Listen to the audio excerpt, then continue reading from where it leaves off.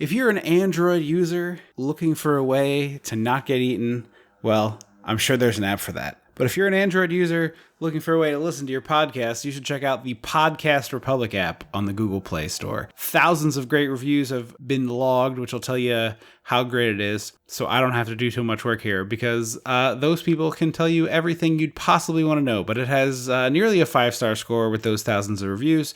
So you know it's a pretty quality product. Check it out, Podcast Republic on the Google Play Store. I also want to take 2 seconds here and not 20 minutes as some of those reviewers have chided us for, which I still don't know what they're talking about.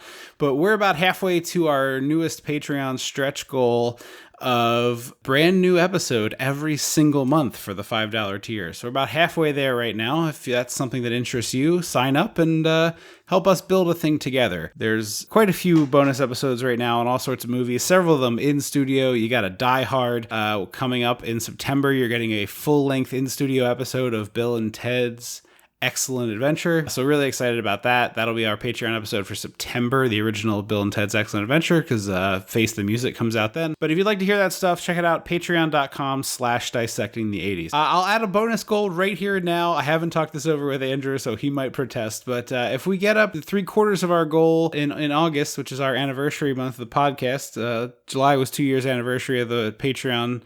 We're about to start our 7th year of doing this podcast in August. Because of Corona times, I didn't even think about that. That it's an anniversary month. Yeah. So let's say this: if we get to $100 a month by the end of August, we will do a bonus commentary track for all Patreon users. Live watch along of Stuart Gordon's "Kids Safe" the video, the try-a-minute. Yeah, I will. I told you I watched it already, right? Like, yeah, I skimmed through it. Yeah. So Stuart Gordon directed a children's safety video in the 80s. We watched it a lot. We used to rent it from the library, like a lot. More than 2 children should watch a safety video. More than 2 children should watch any PSA, I feel. But if we get to $100 a month in August, we're at like 75 right now. So 5 people away. At the $5 level, basically, we'll do a bonus commentary watch along of this starring video. Andrea Martin, and most of the cast of Second City, and Kane Hodder, I believe, plays Jason in it. Maybe I think that is Kane. Yeah, well, I think Andrea Martin's Second City herself. Yes, she is. Anyway, patreon.com/dissecting the 80s. And if you don't like these ads, just use the fast forward button. It's really not that hard. Welcome to Dissecting the 80s. I am Trip Lano, one half of the Mega Podcasting Powers, and with me, as always, is a man who knows that if you must dispose of your alligator, the proper thing to do is to let it loose in the streets, not in the sewers. The Macho Man, Drew. Andrew Lano. And it's kind of like the anti-version of Finding Nemo. Yeah, it is. It is very much like that. Like in that one, it's a good thing to go to the sea. Also, just I'm sure everyone is old enough and mature enough to know that it is a bad idea to flush animals down the toilet that are living because yes, of course. They are dead. Yeah. It is Grinding Nemo is what sanitation workers call that movie. Yeah, no, you don't want to put a live animal down a toilet. You probably shouldn't put a dead animal down a toilet either, frankly. Send your goldfish, bury it in the backyard, throw it in the trash can. Don't flush it down the toilet. Not everyone is blessed with a backyard, though. I don't have a backyard right now. Okay, well, you could bag it and put it in the garbage. I'm just saying, that's where it goes. What's wrong? But never mind. You shouldn't flush a goldfish down the toilet. I feel like a dead goldfish is small enough that it's flushable. I'm just saying you're not supposed to flush things down the toilet except for human waste and toilet paper. That's it. That's the list. Anyway, we watched Alligator, so you know what that means. We gotta go back. We gotta go dissect the 80s. It's the movie we were supposed to do in 2 weeks. Something's happening about the movie we were supposed to do in 2 weeks. When the mega powers explode. I'm talking about the 80s. Oh, yeah. Great Scott! Cream of the crop. Oh, yeah. Mega powers, yeah! When this baby hits 88 miles per hour, you're gonna see some serious shit.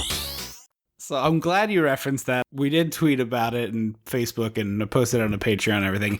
This week was supposed to be Xanadu.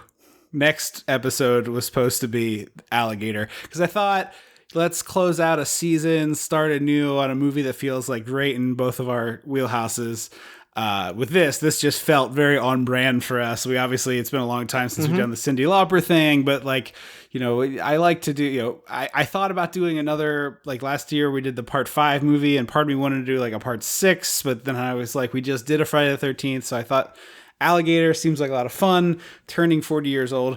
I've heard it called by many of folks on the internet as the best Jaws ripoff ever made. And obviously everyone who listens to this show knows we love Jaws. So, was really excited. I think that's an accurate description. I've never seen Orca, or is it Orca? Yeah, I do have a real soft spot for Orca. I've seen it. There is a particular sequence in Orca involving a pregnant whale that is just so insane to the point of just, I cried laughing. I mean, I had 46 beers, but I was just hysterical over the way that they shot this particular scene. I haven't watched it in a long time, so maybe Orca doesn't hold up, but this is super fun. This particular I one. love this. I'll say it right here up top. It's available fully on YouTube. Probably shouldn't be, but it is. So if you're the kind of person who's like, oh, I know I'm going to like this, you might want to go watch it first and then come back to this podcast. That seems like a good way to go. But so anyway, we sit down to record for what I think is Xanadu and what Andrew thinks is Alligator, and we're doing our like final checks before we launch this particular plane off the runway. And I'm like, okay, you got your thing, your mic's still hooked up. And I forget what you said. I said, is it too lazy to just say animatronic gator? Yes, that's right. And I was like, what are you talking about? There's no animatronic gator in Xanadu. And it turned out, for the first time, we had gotten our wires crossed. And I watched Xanadu, which was the one on the schedule. And you watched Alligator, which was the next movie. So we had to do a little flip-flop here on the schedule, which is fine. It's still the 40th anniversary of Gator. And it'll still be the 35th anniversary. Or is it 40 for Xanadu as well? It might be 40 for Xanadu as well. I will maybe. have that. I will have that fact for you when we record that episode, which is not the one we're doing now. But this is a giant alligator movie written by John Sayles, who also wrote Piranha, which is another great Jaws ripoff. Okay. Which I just watched for the first time. I've seen the Piranha. I didn't realize they remade Piranha 2 times. I just found this out on Amazon Twice? Prime. There's a 90s remake of it and the 2000s era one by Alexander Aja. I'm not sure how you say it, but I really like the 2000s one, and I really like the original. But this is John Sayles, who also wrote a couple of things that people I'm sure are familiar with. 8 Men Out, which is another 80s movie. Probably never going to be on this podcast, but you never know. It looks like the 90s Piranha was a TV movie because he has a credit for the original screenplay with that one as well. He obviously wrote the 70s Piranha, Wild Thing, another 80s movie. The Howling is the other big one. I was like, I know there's another big name here. So he also wrote The Howling. He's written a lot of great monster movies in The Howling, Alligator, and this. Yeah. I think what's really great about this, just to talk about at the top here, is... Wait, this is Alligator. Correct. You just said The Howling, Alligator, and this. Sorry, Howling, Piranha, and this. 3 really good monster movies. But I think the writing of this is really what sets it apart from so many of those other things.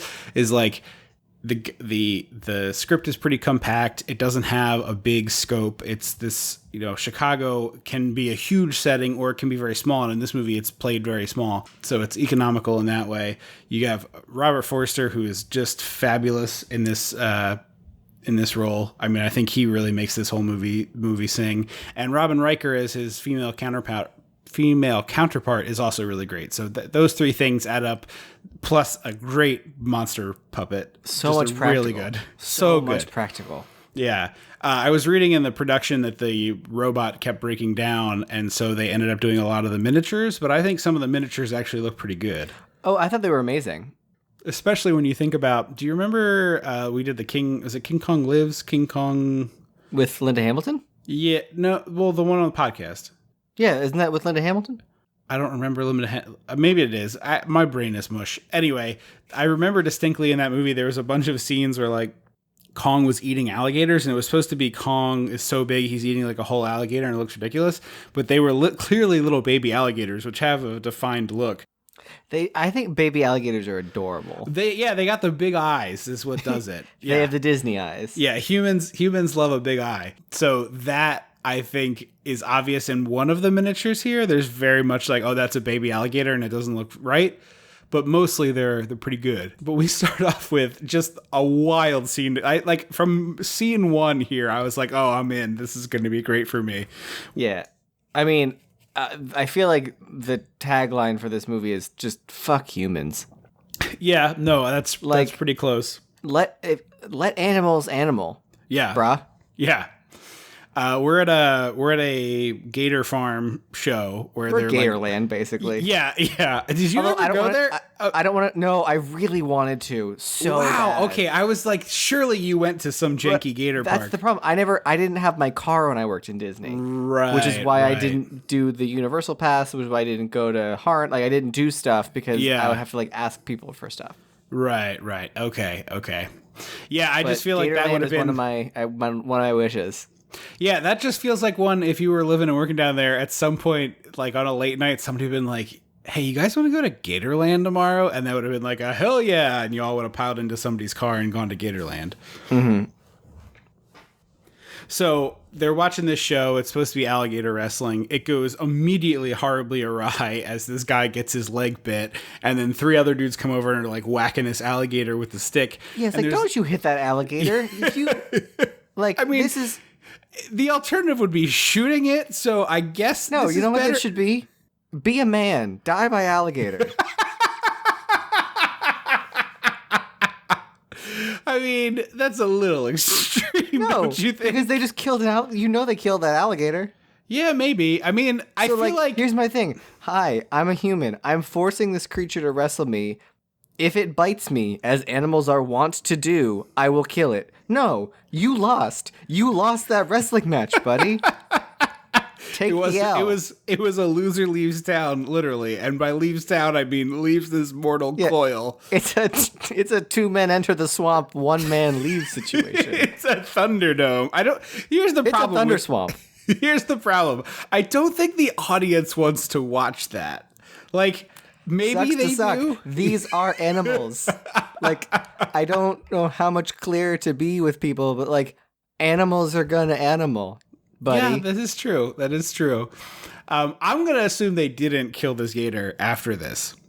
If you think this janky Chicago gator swamp, so I think this is supposed to be Florida. That is my assumption. There's no Chiron or anything, but I assume it's not like a Joe Exotic situation. Yeah, that's true. Florida's flush with gators. Yeah, and there's a gator farm. You turn on the hot water for your bath, and a gator pops out. We have hot and cold running gators. Like a gator in a toque with a scarf on. Ugh. Yes, the one at Blizzard Beach. Yeah, he has a name. I think it's Allie. Allie the alligator, or something like that. No, I believe it's Ice Gator, like Ice Gator. Yeah, yes. You're there. There's the pun. My theme park podcast did a whole episode on it that I was just re-listening to recently. That's the other one. I've never been to any of the water parks, and I don't think I ever will for at least 5 years. Yeah, nope, that's not a good place to be. Maybe after there's a vaccine. Anyway, but I love that this guy's he's getting chomped. The gator's trying to do a roll on him. These other dudes are hitting the gator with the clubs. And you have a precocious kid who's like, they just have to turn him on his back. He'll go peaceful. And I was like, is that true? I know that's true about sharks, that if you do that, they go to sleep. But I've never heard that about gators before. I haven't either, because I also don't think gators sleep belly. I feel like belly up is the universal, animal kingdom universal sign of this is, you can kill me this way. Yeah, you know what I mean? Because I don't think sharks sleep that way. No, but they just calm down. But I feel like a gator in the water, it seems so much easier to because sharks are basically tubes, right? So you just flip it over, right? But gators have legs and they're wide. Yes. To flip a gator feels like. Yeah, the whole design of the alligator from like an evolutionary standpoint. Exactly. It's like, I do not want to be upside down. Up here, hard and tough. Down here, soft and squishy. This part stays down. In my brain, like in my head canon now, it's like a southern, like you know how Midwest there's cow tipping? Right. I think in the South, in the deep South, in the Panhandle, there's gator flipping. They like y'all fools want to go gator flipping? They go out there with like a couple of hockey sticks and they'll flip them over. Floop. They get a big They get a big pizza paddle or a snow shovel. Under. Yeah. What are they doing with a snow shovel, Trip? Well, they get it for gator flipping. It's weirdly it has two perfect functions. One, gator scooping shovel. Snow. Two, flipping gators. Now that's the deleted scene from Crawl that I missed. Yes. Also a really fun movie, which is on Prime as well if you're looking for it is, and on Hulu, I believe. Fun. Yeah, if you're looking for some gator fun, Crawl is excellent. But this girl follows up watching this man get chomped with her parents like buying her an alligator. A baby gator, which I think were still kind of a thing when we were young. Oh, Clarissa from Clarissa Explains It All had one in the show. Oh, really? Yeah, so like that was also filmed in Florida. Yes, no, it was. I was just reading a book that was about like the early days of Nickelodeon. It wasn't that great, so I'm not going to recommend it to you. But to you being you or the listeners, but they did talk about the alligator, and I was like, oh, that's right. She had a baby pool with an alligator in it for like the first season, and then it just like quietly went away. Like how big of a baby? Like a baby from this movie, or like I think it was more in the foot long-ish range. I have no memory of there being a baby gator on Clarissa Explains It All. Yeah, she had so maybe I could be totally wrong on the size. No, she absolutely had a baby alligator in a pool in her bedroom, because I remember thinking that was insane, both for a place to keep it like in the house and also the place that you sleep. It seems like just a loose baby pool. Here's a picture of the gator. It looks, I feel like in the foot long range. Decent sized gator. That's just a foot.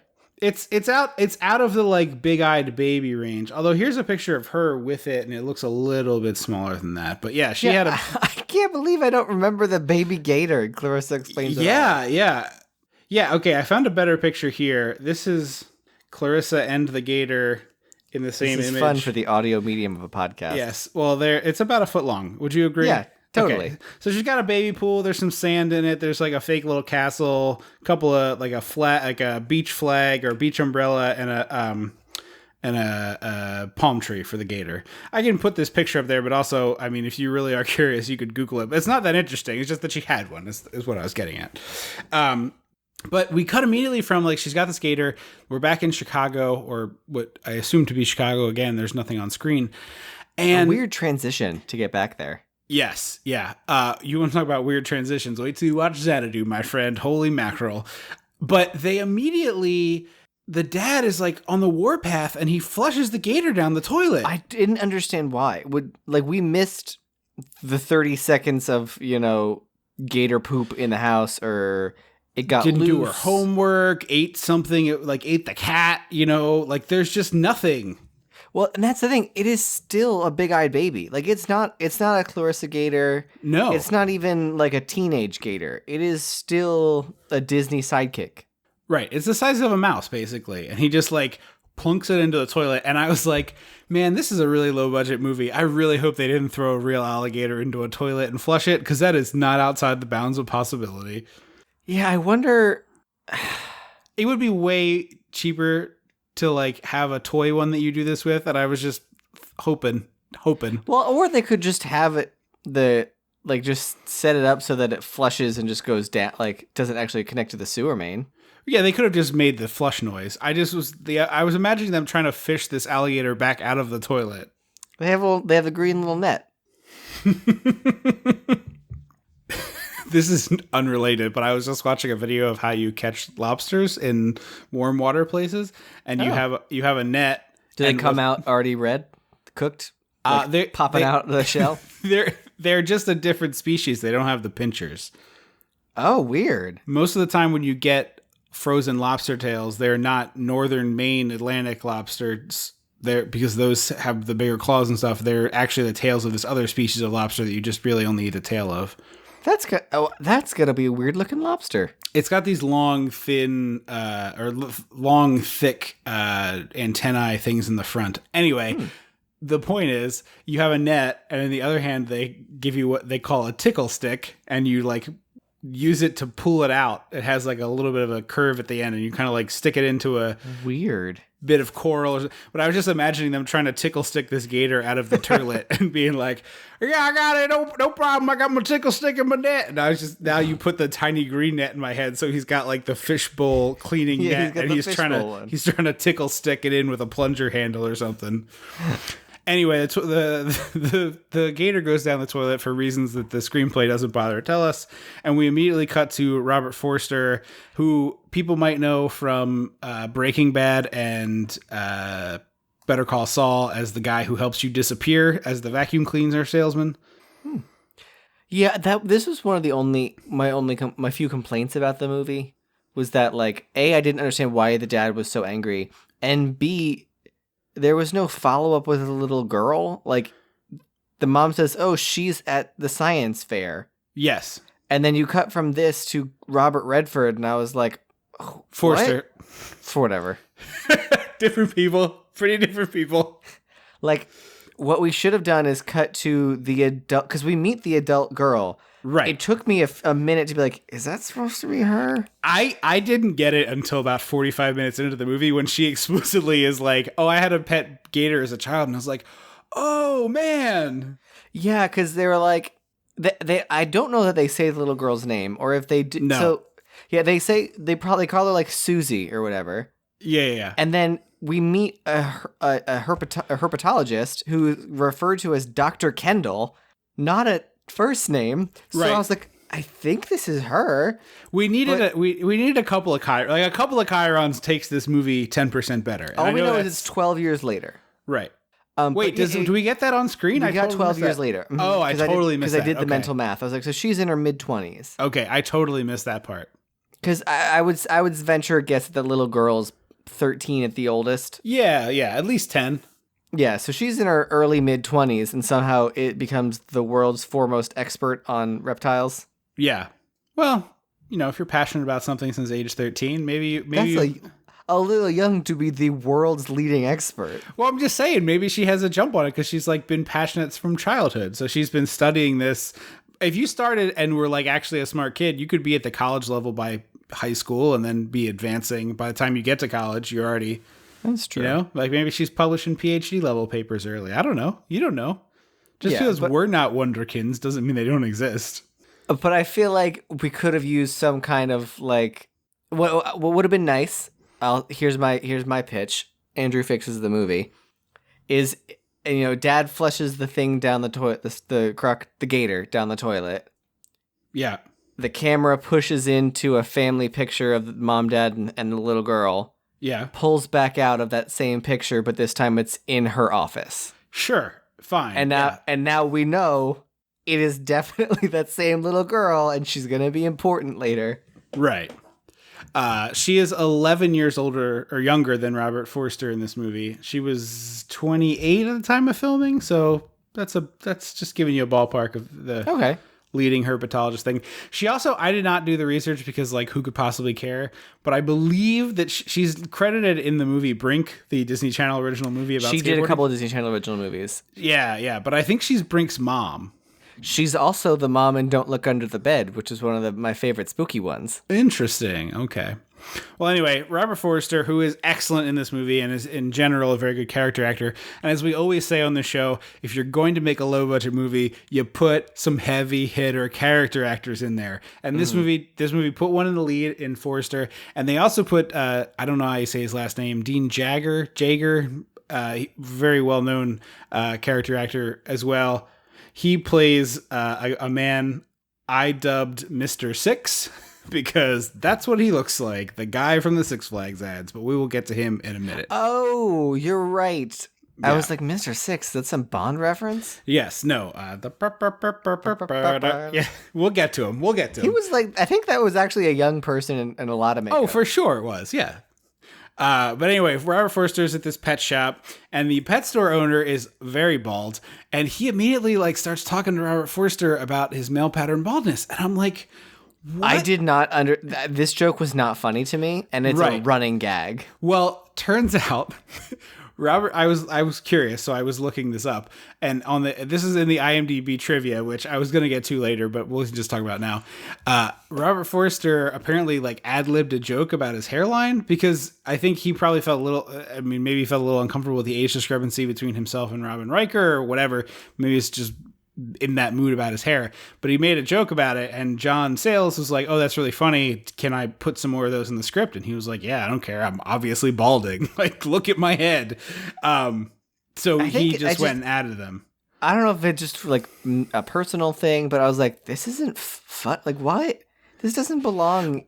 Well, the pet store guy is like giving him genuine advice. He's like, just so you know, like you look like how I did when this started, and it was all downhill for me after that. But the other ones are the woman kind of being playful about it, which I didn't quite like. And all of his police coworkers being like, you got to put, Rogaine on it and sweep it to the side. I was like, what is happening? Yeah. This is a giant gator movie. Everybody has a lot to say about Robert Forster's hairline. The pet shop feels like a creepy old gay guy. Yes, he does. There's like something, it feels uncomfortable. The whole thing is uncomfortable, but I think that's partially good acting. Yeah. The guy is nervous. He knows that Forster's a cop, and he's concerned because he's doing illegal things. So I'm with you. It does feel off, but the bigger takeaway for me is that it's weird that Robert Forster isn't like, oh man, like this is weird, huh? I mean, maybe he's just not a good cop. He seems to be one, though, in the rest of the movie. I mean, so it seems like the movie universe does not think he's a good cop, but Robert Forster and his chief think he's a good cop. I don't know. I mean, he like the bomb thing he does real good with. Yeah. We'll get there. Anyway, I feel like the movie doesn't think he's a good cop because the mayor like wants the good cop off of the Alligator case because it's hurting his chances of re-election. Oh, that's true. Real Mayor Vaughn situation. Can you imagine if there was big pharma in Jaws? Like can you imagine if that was a subplot of Jaws? I honestly am stunned that there isn't a big pharma subplot in one of the like later Jaws sequels. Honestly. Like they took it back. They're like, oh, we see that. Yeah, exactly. Jaws 4 has like a big pharma angle or something. And it's just a shark lobbying Congress. Right. He's got a little suit on. Congressmen and women, I come before you today to talk of the sea. He has a little pince-nez on his. Yes, yeah. Oh, yeah, for sure. And like a lot of papers, he's shuffling very carefully. Mm-hmm, mm-hmm. I may look like a fearsome villain, but what I actually am is a miracle of evolution. I like that your human shark is just Danny DeVito's penguin. Well, I was trying to go piratey with it, but that didn't feel right after the first one, so I was workshopping the character. No, I like it. I just thought it was funny that that's where your mind went. There's a human shark in the new Harley Quinn TV show that I've started binging because it's available on HBO Max, and I think it's a black guy. Yeah, he's just like he's just like an everyday guy. I feel like the Danny DeVito penguin wanted to be a shark man. It's got the sharp teeth, which penguins do not have. They have beaks, though. Right, but he has fangy shark teeth. No, I think they're just like nasty teeth. I don't think they're... I feel like they were little points. Were they points? I know there's the scene where he's eating the smoked salmon. The raw... Well, it's supposed to be raw, but it's smoked salmon. Yeah, he's like spitting that black goop out all the time.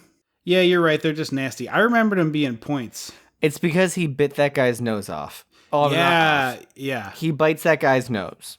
Man, they made an action figure of it, and it is terrifying. Anyway, wait, like a Danny NECA DeVito or penguin or a Spawn? Yeah, well, like a NECA probably. I don't know the. Oh, you know what? I have seen it. It is NECA. Anyway, back to the movie.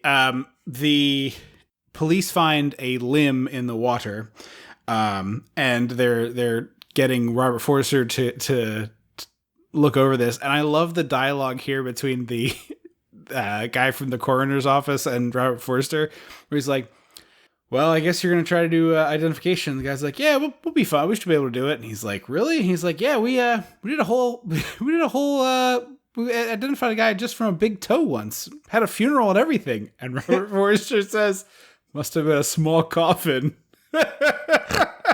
And it's like, this is less than 20 minutes into the movie. You're like, oh, I am where I want to be with this. Yeah, I'm down. I like the jokes in this movie. It was the hairline jokes that I was like, this doesn't feel. No, I'm with you on the hairline thing.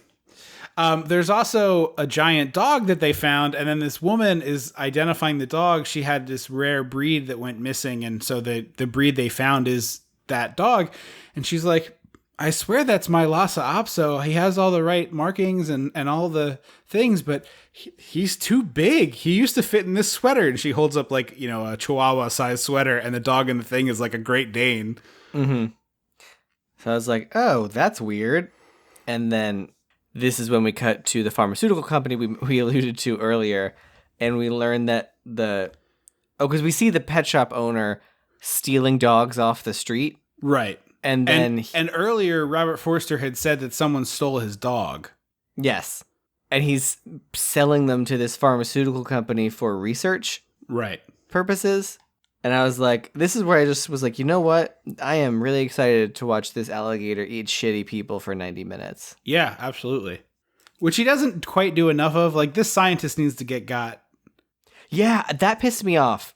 Because the scientist is the son-in-law, right? Right. Didn't like that he didn't get a comeuppance. Yeah, I wanted him to get a chomp chomp. Yeah. That is my one quibble, is there should have been more bad guys getting it in this. But we go from the science lab to the pet store guy dumping the dead. So I guess the deal is like, I'll bring you dogs, you do experiments and kill them, and then I will collect the dog corpses and dispose of them for you. I don't understand why he has acquired both of these odd jobs. Like, it's got to be good pay. The second one must pay a lot more than the first, because like, you have to go into the sewer. Yeah. Well, they're paying him through a slush fund, so right, whatever that means. That's a real Seinfeld-esque, like, well, they know what it means, and they're the ones writing it off. I was gonna say it's not the Koch brothers. Who are the ones from the movie? Oh, the guys in Trading Places. Yeah, the Duke brothers. It's a real Duke brothers phrase from like, I know that's a thing, but I am too stupid to tell you what it means. Right. The pet store guy is down in the sewer dumping this dog body, and he throws it a pretty good distance down where it lands on concrete. And I do have to dock the movie some points for not having any level of bag of soup here, because it should have splatted. It was like 25 feet that it falls. Was that? I thought it was more like a 12. I mean, if you dropped a dog corpse, I don't want to get too graphic here, but if you dropped a dog corpse... the dog's dead, so it's not, the blood isn't pumping. But it's been experimented on, so it's like opened, probably. You're right. There's open. Yeah. I'm just saying, logistically, I feel like it should have. But here's the other thing that I find really bizarre about this movie, because I was like so excited about this part. So he climbs down the railing and he's like carefully nudging the dog into the water. And behind him is a small tunnel with objects in it. But from where we're looking at it as the audience, I thought it was the gator in the tunnel. Did you? I did too. Okay. So I was like, oh man, this rules. Like, he's going to back up and the gator's just going to get him ass first. This is going to be great. And then it turns out it's like a sewer grate that fell over, and the guy's trying to like push the dog past the grate so it gets out into the system better or something. So weird. But they do this same shot twice where it still looks like, even the second time I was like, all right, I know that's not the gator, but it looks like a gator. Put the gator in there. I think it's because it's very dark down here. Yeah. They don't do much light except for the flashlights, really, in the later scenes. And here there's no flashlight. But he's the first person to get it from the gator, and it's okay, but it cuts away very quickly. Well, I think it's a Chrissy.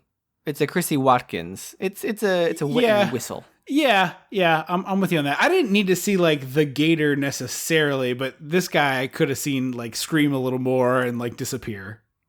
More of a crunch. Yeah. Break some celery, Mm-hmm. There's a really great TikTok account. I can't remember what it's called, but it's a guy who does Foley. Mm-hmm.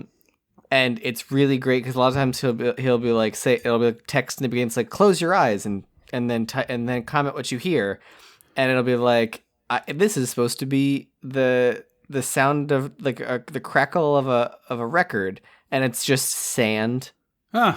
It's like it's really cool stuff. Foley work is like one of my like secret loves. Breaking bones is almost always somebody taking an entire head of celery and breaking it. Mm-hmm. The other one I always think of is stab sounds is almost always a knife and a watermelon. Yeah, well, there's different melons they'll use. Yeah, depending. So anyway, he gets eaten, and we go from that to we found more body parts in the sewer tunnels, and then Robert Forster is there, walking around. And this guy fishes with a long pole, a Hawaiian shirt out, and he's like, "Oh, that looks like the Pet Shop guy's shirt." And then it occurred to me, it didn't at first, but it occurred to me at this point, I was like, "Is just like chubby bad guy always in a Hawaiian shirt in movies? Like, why is that the default? Because that's what Nedry wears too." Yeah, it's Jurassic Park. Although he was dressed as Chunk. Oh yeah, he is basically wearing Chunk's outfit. Someone showed me that apparently, I thought it was you who sent me that Nedry's outfits are all inspired by the Goonies. Yeah, basically. I don't know if that was conscious or not, but it certainly looks it. So at this point, Foster goes and interrogates this evil scientist about, what's going on. And this is where I was like, fuck humans, man. Because he's like, oh, your dogs are well behaved. He's like, oh, we cut the larynx when they get here. And I was like, you can go to hell. You can eat shit.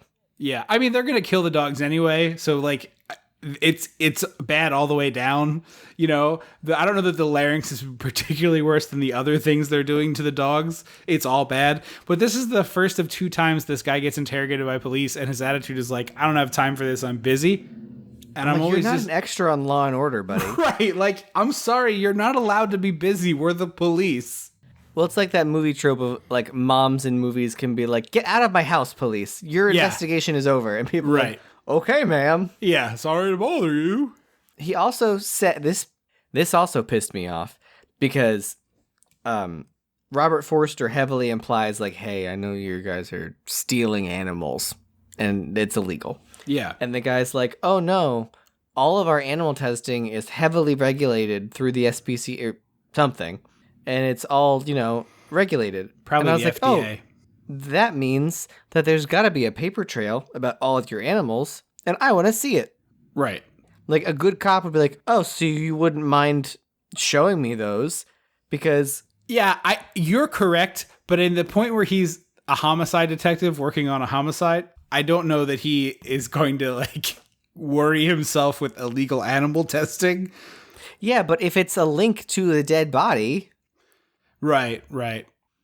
Yeah, I mean, that would make sense. This scientist is either doing so many experiments he needs his legal supply plus the illegal supply. Right. Or he's just doing the illegal supply, which feels like that would make sense. Right. And then his future father-in-law, we learn, Six Flags man. Mr. Six. He has a name. Says, he's like, oh, it's the second time these reporters have come around trying to ruin our image. And I was like, I don't think it counts as ruining your image if it's the truth. Like, ruining your image is lying about you. Right. Well, he's one of these guys where it's like, I'm doing something that I have chosen to do, and therefore everyone is out to get me. Yeah, I was like, you do shitty things to stolen animals. Like, it's a true fact. You also creep out everybody on Earth when you dance in front of your bus. That's true. I forgot about the bus. Is he still like a mascot for them? No, I don't think so. He definitely isn't, because he got phased out when Dan Snyder, owner of the Washington football team, got on the board of Six Flags and started making decisions about their company. Really? Mm-hmm. That's a weird jump. Yep. He is also the man behind the reason why Six Flags started selling mattresses, because the official mattress dealer of the Washington football team gave him a good deal. So they put in mattress stores in the Six Flags, because, when you're at a theme park, the thing you want more than anything is to buy the official mattress of the Washington football team. Didn't they? I thought what is their new name? Didn't they say it is literally the Washington football team because a lawyer in Atlanta has trademarked all the names they wanted to use for years now. That's brilliant. Yes. So they don't have a name. They are the Washington football team. Also, credit to Podcast The Ride, where all of that information comes from. It's a very good podcast. That actually might be on their Patreon, but it is a good podcast. There's this weird reporter who, for some reason, hates our lead cop, Robert Forster. Right. And it's never explained why. He's a Scoopy McScooperson, which is a very broad reporter stereotype trope that's in a lot of movies of they know too much information and they're, really hard-nosed and they're kind of pushing this person's buttons. And I always hate it. I just always hate it. Well, I'm fine. I'm usually when I see that, it would be the reporter would be taking on the pharmaceutical company. Right. No, in this case, they have this whole press conference about the bodies and is there a murder on the loose and blah blah blah, and it ends with this reporter being like, so it's interesting that these all seem to be knife-based killings, and your old partner was killed with a knife, and he's like, my old partner was shot. I don't know what you're talking about, and it's like, oh, so you do admit that he's dead, and it's like, yeah, that's not. What? You didn't gotcha him. It's honestly, just, Joan, this feels like gotcha journalism. It's just what is the reaction you're hoping for? Yes, his partner is dead. Are you accusing him of murdering him? Is that what you're saying? Yeah, I think it's because it felt misplaced. I'm so used to the reporters trying to take down the pharma company or something that it felt weird that he was aimed at this cop. Who's just seems like he's not a local hero. He's not keys to the city. Walk down the street, everyone's throwing him apples from the fruit stand. He's just a guy. He's not a Rocky Balboa. Thank that, yeah. And I was like, that's why it felt weird to me that this reporter for some reason was like, I don't like you. I wanted there to be I got a speeding ticket. Yes. Or, you pulled me over. Yes. I needed. It could be petty, but I needed something. He acts like he's both Tango and Cash in one guy. He acts like he's Tash. Mm-hmm. And this reporter acts like he's both Woodward and Bernstein. Oh, yeah. I was going to say Meryl Streep in The Post. Yeah. Right? She was in The Post, right? I don't know. I never saw it. That's the worst era of Spielberg to me. I can't even be bothered. I'm sorry. That was 4 years ago. So yes, this current Spielberg. Yes, current Spielberg is so movie boring, book club movie bullshit. Go make fun shit again. Jesus. Well, apparently he is just capital Y, capital D, your dad. He's making a West Side Story movie. Steven Spielberg, of all the choices one could make to make the man who could make a movie about anything, could cash any check, any original idea, anything, is remaking a musical that's been remade 6 times? West Side Story's there's only been one actual West Side Story, right? But there's how many versions of it? It's already a remake of Romeo and Juliet. Come on, Steve. Also, it's a musical about white people versus Latinx people. Which feels like let's not get Steven Spielberg for that. I don't really want him to make Indiana Jones 5 either, but he left that because of conflict with West Side Story, and I'm just like, what are we doing here, bud? Yeah. What is it about that story that you're gonna put such an interesting angle on? Just go watch the old one. It's still in color, you weird nerds. Maybe it's the first movie he saw or something. I don't know. It can't. I mean, logistically, that seems impossible based on the timeline. His whole current era sucks to me. And Ready Player One was the one where you're like, oh, is the magic gonna be back? And it's just no. That movie sucks. That was the Ron Howard of Steven Spielberg movies. We are in a very Ron Howard period for Spielberg. This is his Ron Howard period extended. So, I was listening to this podcast talk about. They're we went to see John Williams live at the Hollywood Bowl, which apparently he does every year. Yeah. And he was he finally got Steven Spielberg to show up for one of them. And everyone was like, oh shit. Steven Spielberg came out on stage to be here's, I was asked what I would want to, play, da-da-da-da-da. And everyone's like, is it going to be Jaws or Jurassic Park? Which is it going to be? And he's like, and here's the inaugural suite from Lincoln. And everyone was like, God. What?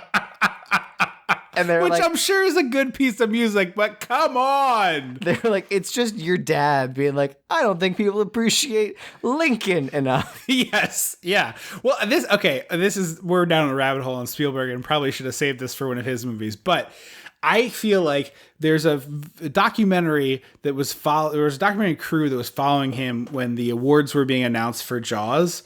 And people were like, you're going to get nominated for Best Director. This is amazing. And he didn't. And I feel like from that moment, it changed his whole career trajectory because he started trying to make a different kind of movie. And he had some success through the 80s and stuff. But then 93, you get Jurassic Park and Schindler's List in the same year, which is bonkers. The craziest year. He makes both those movies at the same time, makes one of the biggest blockbusters ever in Jurassic Park, and this hugely renowned, culturally important movie in Schindler's List, which I fully acknowledge is like an important piece of filmmaking, and I think it's great the way that he has worked to preserve Jewish heritage. All that stuff is great, wonderful.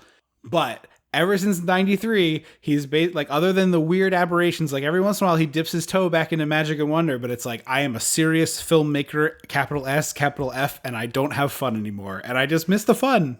What fun, like, dip your toe in movies can you think of offhand? So Jurassic Park 2 is called Lost World, not Jurassic World. Yeah, there's that. There's Ready Player One, which I don't think they're very good, but that's just like he occasionally like deigns to be fun again, and then otherwise, he just is making movies for your mom. Not necessarily our mom. Also, I want to be clear. He's your dad, right? Like the man. He's the same man who, when presented with the opportunity to introduce,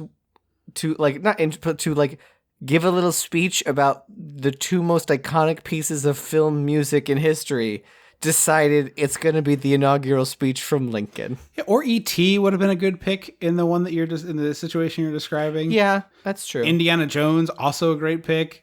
The Close Encounters music is great. So here are the other dip your toe into the fun of the modern era Spielberg, which I should have saved this for a Spielberg episode, but that's fine. Catch Me If You Can in 2002 is definitely a fun movie that I like that movie. That's Spielberg? Mm-hmm. Huh. He does War of the Worlds, which is a fun movie, but is very, very serious and also stars Tom Cruise.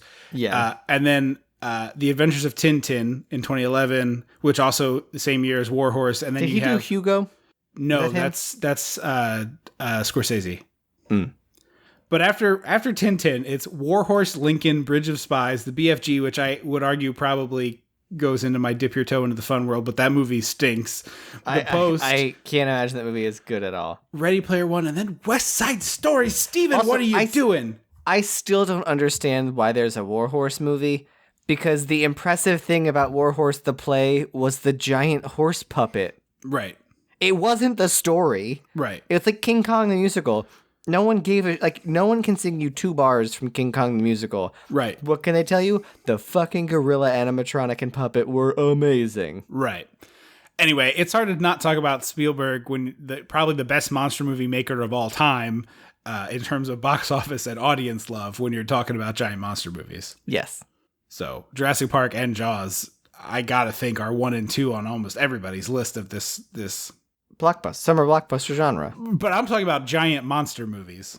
Oh, yes. The T-Rex might not have been supersized, but it is a giant monster. Mm-hmm. Anyway, we're back at the police station. Robert Forster. We get a star wipe. We do get a star wipe. Which is, I have been saying star wipe in my daily life for years now. It's like, I'm leaving this conversation. Right. Star wipe. Right. Star Wars actually uses star wipes. No, they are rounds. There's no actual stars. Oh, okay. It is literally the shape of a star in and out. Yeah. And I was like, boy, I can't wait for you to watch Xanadu, my dude. The transitions alone. 20-minute. Wait, stay tuned in 2 weeks for a 20-minute discussion on film transitions of the movie Xanadu. And if anyone has a pair of men's 9.5 roller skates they don't want anymore, let me know. I'll take them. We're back at the police station with Robert Forster, and he recruits Dollar Store Billy Zabka to go with him and investigate. Oh, he is Dollar Store Billy Zabka. Yeah. Which is it's not that expensive to book a Billy Zabka in 1980. Although I guess 1980 is pretty young Billy Zabka, but this guy looks a lot like him. And the sergeant also comments on his hair here, and this is the one who's like, This I do like because he asks who cuts his hair, and Robert Forster says me. And that's why this guy's like, go to a salon and let them cut it, and they can move it around and cover up your bald spot a little. Again, I'm just like, this is a weird choice for my giant gator movie. It almost seems like they're worried that he's single and older. Like everybody's kind of looking out for him. Like, oh, you just got to put a little effort into yourself, buddy. Maybe. But this guy comes bursting into the police station with a ticking clock on his chest, and he's threatening them with a bomb, and he's going to blow them all up. And Forster just basically shuts this situation down. He has Billy Zabka grab the guy, he and then negs him. He's yes. like, what? You're gonna blow? He's basically a Gen Zer, where they're like, oh, death. Whatever, man. He's like, okay, boomer, but not that way. It means a guy blowing up. Yes.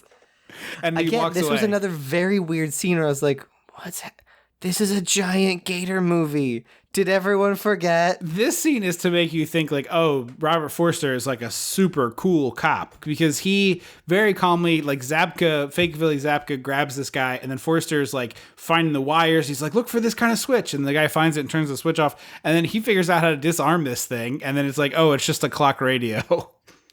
But later it's not. No, later he gets dynamite from a different case and puts them together. So he knows how to turn an actual clock radio into an actual countdown clock? He knows how to make a bomb, yes. I assumed this was a bomb without an explosive attached to it, and he just added the explosive. Oh, I thought this guy was crazy and just taped. Well, there's all kinds of wires on it, though. So maybe it was just like almost a bomb. Maybe. Yeah, again, I was like, this is so, like, this is a giant gator movie. Right. Did we all forget about the gator? Where's the gator? If I was a studio exec, I'd be chomping my cigar like, there's no gator. Where's the gator? Well, I do have to remind you, Jaws, you don't see the shark for a very long time. Yeah, but there's not a scene of Chief Brody arresting some dude for drunken disorderly conduct. I mean, there is literally a there's scene. No dude kicks open the door as to the autopsy room and is like, I killed Chris Watkins and I'm gonna blow you guys up. Like, that didn't happen. But there is a scene where Chief Brody makes faces at his child, and there is a scene where Chief Brody drinks a whole bottle of wine in a pint glass. Like, there is a lot of character. No, the pint glass is establishing relationship between him and Dreyfus. Well, again, I agree with you. I'm not saying this movie is as good as Jaws, but I do think some of this stuff that you hate is building the Robert Forster character and making you like him more. Maybe. Anyway, we're searching the sewer. Like, I want the gator in a trench coat and a fedora in the background. Doing a Ninja Turtle. Yeah, like has a cigarette. Anybody in his mouth. got any fish? Got a little cigarette in his mouth. I'm hearing like Jessica Rabbit, like femme fatale music. You want femme fatale alligator? 100%. I have nothing but time for a femme fatale alligator. If anyone's an artist, I want to see that. They do, like, the hat covers one eye, and he's like, I need your help finding a missing person, and he vomits up a hand. He's like, the rest of him. They do refer to the alligator several times on IMDb and elsewhere as Ramon, which I think is like kind of like the Bruce nickname. I think it is, yeah. But they seem to think that they call him Ramon in the movie. Did you catch that? I did not at all. So she named him Ramon. Oh, okay. I'm pretty sure. I want to say she named him Ramon, or... Okay, that makes more sense. Her like pet gator was Ramon. Yeah, I'm pretty sure. Well, anyway, we're in the sewer, and Blondie goes missing, and Forster's like calling out to him, and then there's the gator POV shot, but it's actually Blondie grabbing Robert Forster's ass, which is like weird energy for these cops, huh? Who aren't partners. No. It's Robert Forster's like, hey, I need to go into the sewer to find this, to like see what's going on, and no one wants to work with him, which I guess because they think he killed, I don't know, man. Yeah, it does. I think everyone's just like, I don't want to go in the sewer is the real deal. But so this is, I was complaining earlier about how stupid IMDb trivia is, which is like, I rarely check it for the show just because it hardly ever has anything useful. But this is one of the most egregiously stupid ones. There's a shot here where the two of them are looking around the sewer, and one of their flashlight beams kind of illuminates behind them. Shot. No, it's awesome. But it reminded me. There's a scene in Crawl just like it. Mm-hmm. Mm-hmm. It's also like straight out of Halloween, any slasher movie. It's like, oh, the killer's right behind you. So they're he's holding his flashlight, and then he like tucks it under his arm so that the beam is behind him, and the audience can see right behind them is the giant gator. It's great. Like, it's a super cool shot, and then like he moves it and the gator's gone. This is listed in the IMDb trivia under spoilers as like, did you know that when he puts it under for a split second, the audience is like, yeah, because I watched the movie. What? This isn't trivia. What? I fucking love when trivia becomes a plot point. And the other problem with IMDb trivia of late is like 50% of it is like, did you know that so-and-so was in a Marvel movie? That's not trivia. That's not trivia. That's not in any way, shape, or form trivia. Yeah, it gets really annoying when you go through and it'll be like, Harley Quinn's drinking a margarita, which is very common with her tacos. I'm like, yeah, I watched the movie. It's like that, again, unless it's like a Joker-rita, like that's not helpful. Yeah. So we get a real deep blue sea situation where the water is not deep enough to hide what they're alleging is a giant killer crocodile. Right. So I don't know where he's hiding. He's very, very dark in color and there's no light. So I imagine he can hide in less water than you would think, but that's stretching it. That's fair. He shoots the gator a whole bunch down the further tunnel and then they flee and they're climbing up. This is literally a scene they stole for Jurassic World 2? The first one. No. The second one, where they go back to the island. Yeah. They're climbing up this tunnel, and the gator's underneath. And unlike Jurassic World 2, they don't both get out. The gator chumps Blondie and just drags him down. Because Blondie's an idiot. Yeah, he is. He doesn't scrunch his little... He lets his little legs dangle. Well, okay, I do have a little... Like, Robert Forster could have scooched over a little bit, and they both could have hung on the top couple of rungs. Or he could just crawl his legs up and do a weird pose for a minute. Yeah. I mean, I assume the gator wasn't going to go anywhere, so they because Detective Pikachu in the Jurassic World movie, he climbs back up. He does climb back up, but they climb up like next to each other. Movie. No, it is fun. It is fun. What's his name? Rafe Spall as the bad guy is quite nice in Detective Pikachu. Yeah, isn't he Bill Nighy's underling? Oh, you know what? You're right. Mm-hmm. Okay. Yeah, I was real mad. That he I was like, you let yourself get it. You didn't want to keep your legs. Yeah, I mean he's not doing a great job here, but also I mean it's kind of terrifying. Also, here's a question: you see a large green reptile. What does your brain say? Alligator. I think mine says croc before it says alligator. Interesting. Yeah, I don't live. I mean, I just know crocodiles are not in America. Oh, really? Yeah, gators are American. Didn't know that. I mean, they're not American, but you can find them. Gators vote, man. Yeah, it's like, yeah, you got to watch out for that gator vote. No, it's like, but I remember the third political party, Gator. God, I wish that there was one of these things just willy-nilly through the halls of Congress. Just going through Congress. Yeah, exactly. His tail. Yeah. God, that would be a delight. You can remember because they both have an A. If you're in America, it's an alligator. Huh. Interesting. Okay. I was curious because I was like, my brain says crocodile before it says alligator. Should you find yourself in a place where you need that information, you can remember. Not in Gatorland. Yes. So he's at the hospital because there was another weird ass transition, and they're like, hey, you've been talking about alligators in the sewers, so you should probably stay for some observation. And as he's going to leave, the reporter pops into the room and is like, oh, hey there, shit for brains. Yes. And I was like, how did you know he was here? He's also in the hospital room with the chief of police, who's played by Michael V. Gazzo, who people probably know as Frank is it Pettengill?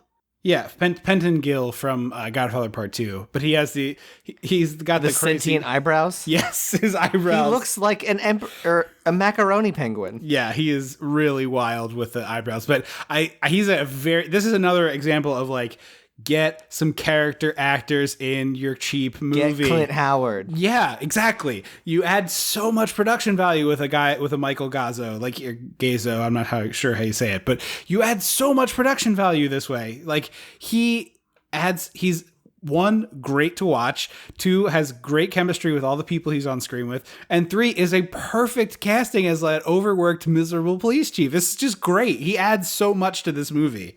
Mm-hmm.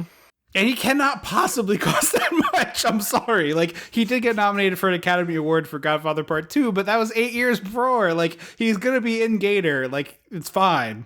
Yeah. So the shithead reporter is like trying to get quotes for a story or something. Mm-hmm. He's like, "What's this I hear about a gator in the sewers? You lost another partner? God, I hate you." And I'm like, did he cheat on your sister? Yeah. Like, you know what it should have been? His brother should have been his partner in St. Louis. That would make so much sense. And then I'm like, oh, I get why there's a vendetta. Because I'm like, he's like because Robert Forster's relatively new in town because they're in Chicago and they keep talking about his partner in St. Louis. Right. It's also insane to me because, spoiler alert, this reporter character is out of the movie in another 4 minutes. Yeah, like, it's so weird that they hammer on this subplot only for him to get really gruesomely eaten. Yeah.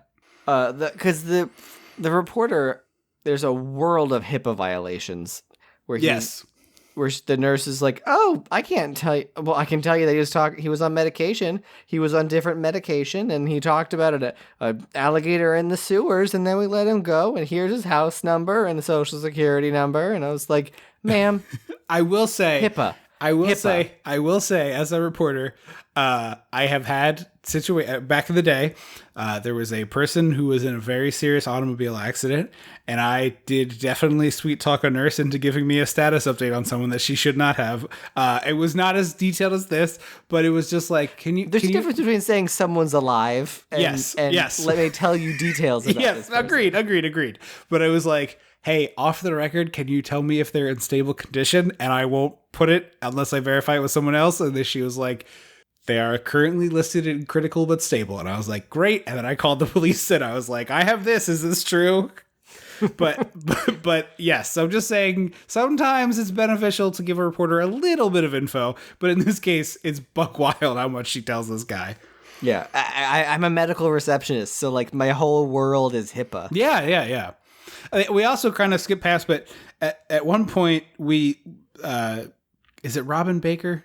Robin Riker. There's a wrestler named Britt Baker, and my brain keeps wanting to say Britt Baker, and I'm like, that's not it. They go to Robin Riker and they talk about this giant gator that Forster saw, and she's like, that is impossible. Like, there's just no. She laughs them out of their. Yeah, she's like, that's insane. It would starve to death. So that's right before the scene that we just talked about. So reporter gets all this information. He goes down into the tunnels with his camera. He picks up this boot, which is like, hey, bud, you're touching evidence. Like, come on. Also, poop boot. Yeah, that is a poop boot. You're in the sewer. Yes. That's a poop boot. But he takes a bunch of pictures of the poop boot. He's also, so he takes a picture of this shopping cart that's down there for some reason, and then starts like art departmenting it. Yes. And he's like moving things around. So like this license plate isn't, I'm like, buddy. Yeah. He's definitely staging the photo, which I think is supposed to make you like okay with him getting eaten because he's a bad, like, cheaty reporter. But I didn't get that mad about it. I already didn't care. I didn't care that I was like, this guy's kind of an asshole. Right. And he, as he's getting eaten by the gator, is firing off his camera flashes. Mm-hmm. And I was like, oh, damn, that'd be cooler. I thought it was just, I thought the flashes were just an artistic way to show him getting eaten. I was like, it's a shame that no one's going to find these photos. Right. But they 30 seconds later. Well, this is a plot point right out of, I think, Jaws 2. Is it Jaws 2 or Jaws 3? It's in one of the Jaws movies, this exact sequence where the diver takes pictures of himself or herself getting eaten, and then the police find the camera. I think it's the second one. Yeah, because the police find the camera and they're like, hey, look, proof I'm not crazy. It's a giant shark. Yeah, and so they like lay out all the photos, and I'm like, this looks like the Tinder photo section for a very unconfident gator. It's like an eye, just the mouth, just an arm. And I'm like, if I have to if I have to print out your photos and lay them on the floor with scotch tape to figure out what the fuck you look like, get out of here. Get off my Tinder. I was just hearing in my head like that really generic 90s song they would always play like when characters would be changing outfits and be like, worker girl. Worker girl. And the Gator's just like runway, like voguing. It's like almost RuPaul music. Yeah. Like, get my good side. Then he puts on a trench coat and fedora and he's like, this is the outfit. And he covers one eye. Yes, yeah. I have a note that just says, and just like. Couldn't be bothered to finish my thought. We get a really awesome set of Gator pics in the newspaper that remind me of the magazine Birdie's flipping through in Jaws of just the like shark carnage. Oh yeah. The one that Ellen finds when she sees the boat. We also didn't talk about this. Reporter did write a story about Forster that like implicated him in the fact that his partner is missing because he had a previous partner go missing, which is a wild accusation to make in a newspaper. Also, he went to them for a quote, and then an hour later, the article was published, which means there's no way that anything they say was going to make it into this article. Right. We get someone says spare no expense, and I got very excited. And then the scientist is like, "There's no way this gator could be huge," and I'm like, the photos are right there. You're literally looking at pictures of it. What do you mean, lady? And so they treat the gator like Bane from Dark Knight Rises and send a bunch of SWAT team. They really do. It's like every cop on the force in full gear. Yeah, it's crazy. Is this when... Oh, yeah. So the cops go down in the tunnel and they are banging pots and pans like it's New Year's Eve for some reason. And I guess that's supposed to like scare it out. Like I think they're trying to flush it out to one exit point, but it doesn't work. But I don't know how that doesn't work. Well, the gator just outsmarts them. And this is the best by fit. What tunnel? I don't understand. Like if there's only so many tunnels underground. Right. But he's got his secret gator tunnels. Then I want to see that. I want to see the gator pulling a candelabra on the wall and like.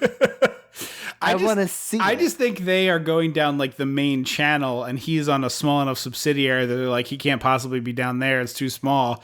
Because then he does his friggin' Hulk out when these kids are playing baseball, which is a weird. It's not stickball. It's like actual baseball, street baseball, and street hockey feels more like.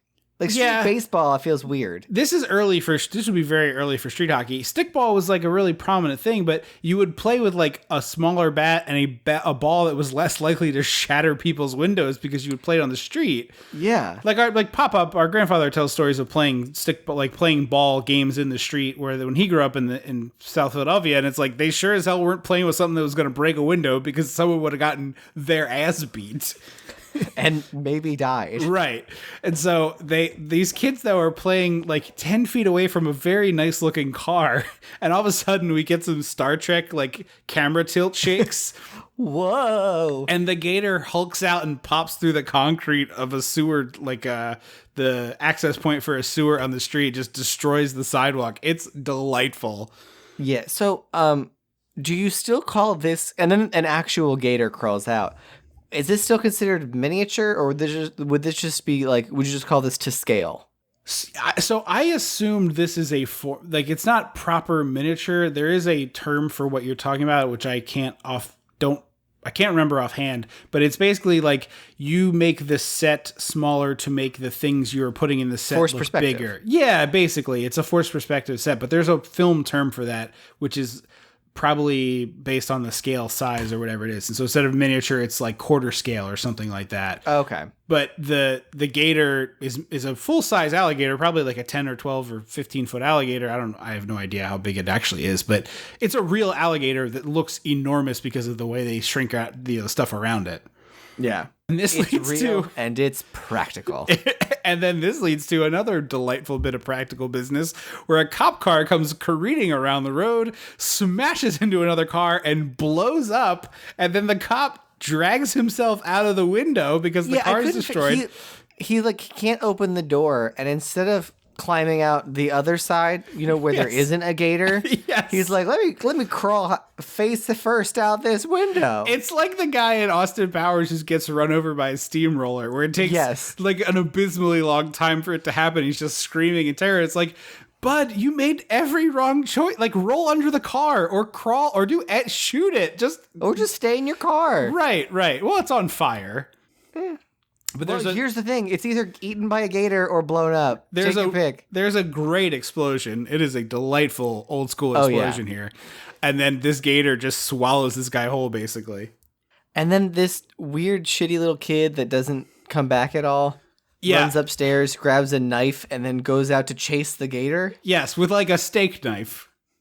And I just was like, I want this kid to get eaten. Well, so he goes down, and Forster and Robin Riker are there, and they like get the kid to give some details. And it's the first time in the history of this show that I was glad someone got an Uber out of the movie, because I was like, oh my God, if this becomes the two of them and this kid, I'm going to die. Like, I cannot have this bad acting kid in the rest of the movie. And I wanted him to get eaten. The kid is fine, but like, I just didn't want to spend 45 minutes with him is the problem. And we got the greatest thing in the world. Our old pal was like, hey kid, it's awful dangerous out there. Why don't you let me take you to not this town and we'll get away from the gator. And then bye-bye. They Ubered out of the movie. Well, that's the thing. They kill a kid later. I don't know why they couldn't kill this kid. Yeah. I don't know. That's a good point. I couldn't believe they killed the kid later. That was stunning to me. Yes. Yeah. So we get the details from the scientists who's still not really believing this. And we cut to the cops are like patrolling the exit point of the waterway where they think the gator went. And they're just randomly like throwing dynamite into the water, like the scene in Jaws. Yeah. Except that kills fish. Yeah. And it's bad in general. And they're like, there's a really great YouTube video. If you, Mark Rober on YouTube has a great video about, can you survive a grenade blast underwater? The short answer is no, because your lungs underwater are pressurized with the exact amount of oxygen they have in them, and as soon as a bomb goes off, all that gets compressed and you die. Well, they're throwing these grenades in the water like willy-nilly, and I was like, oh, this is amazing. But it's not quite as amazing as what happens 10 seconds later when Robert Forster like is disgusted by this act and starts walking up, and there are like 10 merch guys who are popped up to sell gator merch they worked fast. Yeah, and they all have different stuff. One guy's got stuffed animals, one guy's got rubber ones, another guy's got like t-shirts or something. And then it leads to a guy who like calls them over and opens up the little box. And I don't know this to be certain, but I swear that this gator actor played 2 roles in this movie, because I'm positive this is Ramon. Or 3. Oh, yeah, 3. You're right. Yeah, no spoilers. But yes, 3. He plays 3. That's impressive. That is Peter Sellers in Dr. Strangelove level of committing to roles. This creature, was robbed at the animal Oscars that year. That's all I'm saying. Yeah. Honestly, with all our grandparents got us a lot of animal souvenirs. Yeah. Dead animal souvenirs. So we had like a shark jaw. You have to be more specific, yes. Okay. Dead animal souvenirs sounds real weird. I mean, like it was a shark jaw, there was a tortoise shell, a baby gator head, not baby, like a teenage gator head, and a puffer fish. And then a shark in a jar. And I'm a little surprised that baby gator was never a thing that got brought back to us. Yeah. Oh, that's because Mom and Dad would have been like, nope, and into the toilet. And then we would have had a giant gator under our town. Yeah, we would have. We get some babble here about like samples of this dog's tissue, which leads the scientists believe that like crazy growth might be possible. Because the whatever they've been injecting the dogs with makes the dogs grow, and the gator's just been exclusively eating these infected dogs. Right. So we're immediately with cops rushing to a sighting of the gator, and this is around minute 52. They bring in a hunter to hunt the gator, and he's a shitty misogynist. And I was just like, yeah, I mean, he sucks. But this guy is not as big as I would want the big game hunter character to be. Yeah, I said he needs like a pith helmet or like a tooth necklace. Yeah. Like He needs. I need the guy from Jumanji. I need Jumanji. Yes. Or there's a character in the Spider-Man universe whose name escapes me. Who's like he's like a big game hunter and he wears like pelts and stuff. He's got like a saber-tooth necklace. Yeah, that would be great. Yeah, like I need that. Yeah, he needs to be more ridiculous. Or at least like a hunting vest. Like I got to have more on this guy. But the cops go to rush to investigate a gator sighting, and this is about minute 52 of the movie. If you're watching it, there's an extra in a yellow T-shirt who very nearly gets killed by a car, and it does not look on purpose. What? He's like, the car comes careening around the corner, and this guy has to like hightail it out of the way of this very, very quickly moving vehicle. It does not look like a stunt. You said minute 52? About that, yeah. It's either it's like within a minute or two after that, but it is either a very, very competent stunt performance or someone almost dies. In the year 1980, never. Right. And this leads to one of the what I like about this movie a lot is like there keeps being scenes that I'm like, well, that's the craziest part of the movie, and then like a little bit later it tops that. So like first we had the gator pop out of the concrete, and I was like, well, that was awesome, that was wild, not gonna top that. This now we got gator in a pool hiding under floaties, like actively hiding under the floaties. Yeah, and it's like Chekhov's gator in the pool. Don't you worry, we're coming back to that to blow your mind in a minute. Meanwhile, we have more evil scientists being like, I don't have time to talk to you people. And this leads to Robert Forster getting kicked off the case. Actually, the force entirely. He makes him turn his badge in. Yeah, because we find out that the mayor's in bed with Big Pharma. And because he's like, we need to get rid of this. Because the cop straight up says, what was the breed of dog? Lhasa Apso. They go to question, Big Pharma Ken, and he's like, how much would you pay for a hot Lhasa Apso? And I was like, and they're like, we got to get rid of this guy. Yeah. And so that's when Mr. Six is like, get rid of him. And Mr. Six calls in the mayor to try to help. Mm-hmm. And as he's leaving, he goes to get the Speak and Spell countdown and a comic book Dynamite bundle, like a Tex Avery cartoon Dynamite bundle. It's a Lego bundle. Yeah, but this scene is straight out of Hot Fuzz. He's like, let me just raid the evidence closet. No one's going to worry about that. Yeah, I feel like when a cop gets fired, they like walk him out. Like He doesn't just get to like do his own thing. Take your time, bud. Don't worry about it. You're cool. We like you. So they team up. He teams up rather with Robin Riker. And the two of them are searching the sewer, and they find this like really gnarly dog corpse in the tunnel. The dog corpse was too high. Yes, it's like for some reason it was at like head height, like human head height. Yeah, I was imagining the gator getting up on his hind legs and being like carefully spreading it out up there, like smushing it up in there. Yeah, but the guy who's with them is like the sewer employee that somehow they got to go down with them, and he's like, that's it. I'm using the rest of my vacation. At least in Florida, the gators stay in the swamps. And he goes like running out of the thing. Yep. I love it. Like there's that was just a great line. So many little delightful lines in this. And this is where we see that the scientist that I called Ken earlier is going to be the future son-in-law of Mr. Six. And it looks like Mr. Six wants to fuck his son-in-law. Yeah, but I think it's more like, I'm grooming this guy to take over my criminal enterprises. See, I had a daughter and no son, so I gotta get a guy in here to take over the business. I've given him the business. Right. And the mayor's there, and Mr. Six is like, oh, you know what? We will be putting a bounty on the head of this gator. And the mayor's like, well, we can't do that. And he's like, I'm gonna pay for it. The mayor's like, I guess we can do that then. All right, money. We cut to a weird-ass late-night children's costume party. Oh, also that conversation with Mr. Six and the mayor sets up the wedding seat. Yeah, it's the wedding is soon. Yeah, sorry. But yes, it's a children's... I guess it's a Halloween party. Is it Halloween time? We don't know that, but that would make sense. It's still early enough for a wedding. Because I feel like children's parties are like 4 to 6. Not typically at night. Right, yeah, it's like 7 o'clock. There's no is like question the cutoff. marks. Yeah, no. Yeah.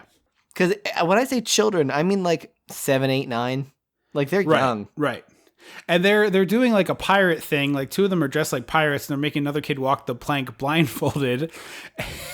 And then so it's dark in the backyard, and they walk the kid onto the plank, aka the diving board, and he gets to the end of it, and he's about to walk off, and the lights click on, and you see the gator underneath. He lifts the blindfold a little bit, so he sees the gator, and tries to look, no, and they think he's just being a little pansy, so they shove him in the water. Yes. He gets got. I did not think this movie had it in it. I could not believe that they did this horrible, nasty murder of a child. Like, this is way worse than Alex Kintner.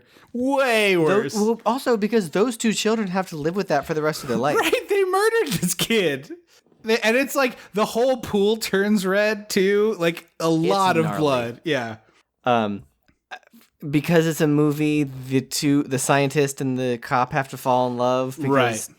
Here's the thing. It's an hour and 27 minutes, this movie. Yeah. And I still feel like they wasted too much time. Like, I would rather have more Alligator. 3 minutes less of this and 3 minutes more of the wedding sequence. Oh my God. There's no way you didn't have more wedding. No, I know. There has to give me angles. Like, give me the same thing from 2 angles. Like, there's no way they didn't shoot that to death. Like, I'll take 3 to 5 more minutes of the wedding sequence. Yeah, Thank you very much. Cut the stupid romance and just show me wedding crocodile carnage. Right. Gator carnage. And it would be totally fine for her to shower because she fell in the sewer, and I would also want to shower. Like, it's fine. Also, her shirt, so she comes out of the shower, and the whole top half of her shirt is soaking wet. And I was like, did you not dry off at all? Well, her hair is soaking wet. Like, she's drying it with a towel, but it's just dripping everywhere. Your hair, you can towel that off more before you put a shirt on. There's and you could also here. You could do the like tie it up in the towel thing. Turban-y thing. Yeah. And so they go down to Bone Town. We can just leave it there. He's so weird and creepy. I just didn't like this because he was like, if I take you to dinner, I'm just gonna be worried the whole time. Like, is she gonna come spend the night? And I was like, what? I mean, what has happened? I kind of respected him for being this upfront about his intentions, to be honest with you, of just being like straight up like, hey, I'd love to have sex with you. Would you be interested in that? Once again, this is a giant gator movie. Yeah. Like, there was no scene of Chief Brody being like, hey, what a fuck? Like, that's because it's only 3 men on the boat. He wasn't like, hey, Ellen, and then like lifted his shirt to show he's Donald Duck in it. Actually, there is explicitly a scene in Jaws where she starts drinking and she says, want to get drunk and fool around? Oh, you mean a one-off line from a married couple? I'm just saying. The Brodies... You can't use... The Brodies get down to the business, is all I'm saying. They got multiple kids. They get down to business. Yeah, then make them already married. I don't care. I don't need you to shoehorn a romance into my giant gator movie. Yeah, I'm with you. I actually think the 2 of them have pretty good chemistry, which is unusual. Yeah, they do. We learned the truth about what happened to his partner, that he got shot with his gun because he gave it to the criminals who were really holding a roll of pennies. And I was like, I can't possibly care. Where is my gator? I don't know. I kind of disagree with you. Part of the reason I think this movie really works is like, I care about Robert Forster, not the same level, but in the way that I care about Hooper, Quint, and Brody. Like, I know who he is. He's not a cardboard cutout. And I think if you take away too much of the stuff in here, and I agree with you, I don't need that. The sex part I do not need. But some of this dialogue I do think is critical into making this movie good. Like, I think if you make him too much of a cardboard cutout, you're down to a sci-fi movie. And that's the problem with those movies, is like, it's cardboard cutouts getting eaten. And I want to make sure I care that he doesn't get eaten. You know what I mean? That's true. The hunter finds a group of kids in this scene sucks. And he's like, hey, I'll pay you $10 a day to help me find this gator. And I was like, this is weird. And he calls them native guides, and then the one... Oh, I missed that. Oh yeah, he says, I'll need native guides, and then the one says, I get $20, and he's like, the chieftain makes himself present. And I'm just like, okay, I really want to watch you get eaten by a gator, because you're the worst kind of colonizer. Yeah, and at that point, I was like, oh, he should be dressed like the guy from Jumanji. Right. Yeah, no, he absolutely is the guy from Jumanji. Right. And so they're like, oh, here's the movie plot. The Gator's probably down this way. And he's like, oh, well, you'll all have to come with me. And they're like, absolutely not, you fucking weirdo. Yeah, no thanks. I don't want to go into the scary crime alley. That's where they killed Batman. Yeah, I was going to say, it's where Batman's parents died.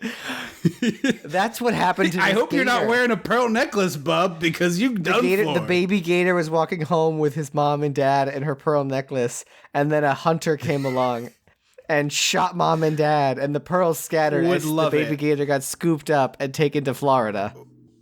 Absolutely delightful. Add it to the movie, please. The Gator's just straight up hiding in the garbage. Like, there's like plastic trash bags on him, and he's just like, hey. Trash Gator! Trash Gator. Jonathan Hyde, by the way, is the actor in Jumanji. He's also in Titanic and a bunch of other stuff. There's a shadow gator that like backs up, and so the hunter goes after him, and he got so good. Yeah, this is the first real good chompening of this movie, and it comes a little too late for my taste, but it's very good. But it happens to, like, if anyone's gonna be the first chompening, I want it to be this guy. Oh yeah, this guy won Scientist Boy number 2, Mr. Six number 3. Yes.